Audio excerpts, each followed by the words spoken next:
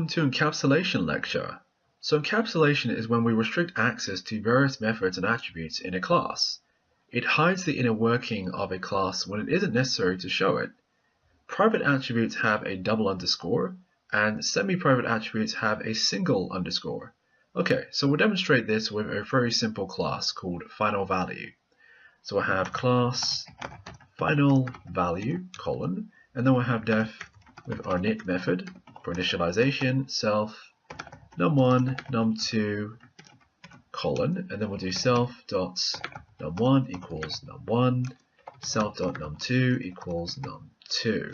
Okay, and then I'm going to have a method here, which is going to be something we're not going to actually make private at all, so it's going to be self, and then we'll have c1 equals self dot calc1, and this is going to be a method that we're going to be creating in a moment, the calc1, and c2 equals self calc2, and then we'll have return c1 plus c2.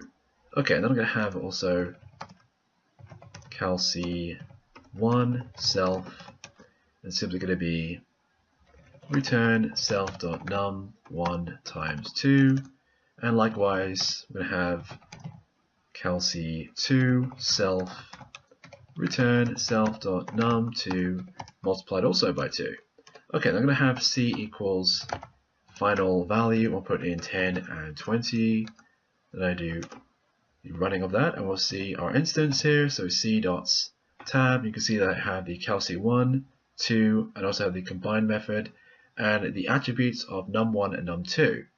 Okay, so we really don't need to see the calc1 and 2 methods, and we can also hide the num1 and num2 attributes, but just have the combine method as the only one that we want to really access.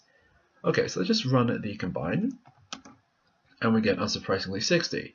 So what we need to do if we want to hide the num1 and num2 and also the calc1 and 2 methods, we're going to have double underscore here and here as well. And of course, because we're going to have them defined, we're going to have double underscore here and double underscore here as well.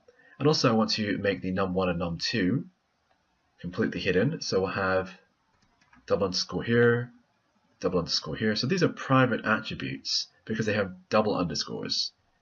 And I'm also going to put them here as well. Double underscore here. And also I want to have a semi-private attribute. I'm going to have this as, let's say, self dot underscore, so single underscore, val equals, it's going to be, let's say, 10, 20, and 30. Okay, so now if I run this, the calc2 and 1 method should now be not visible and no longer accessible, and also the num1 and num2 class attributes should no longer be visible. But the underscore val class attribute should actually be visible in the instance and also directly in the final value class. So I'll run this. Okay, so you don't get the error here, which is great. And then we'll do c dots, and if I hit tab, you can see I just get the combine method here.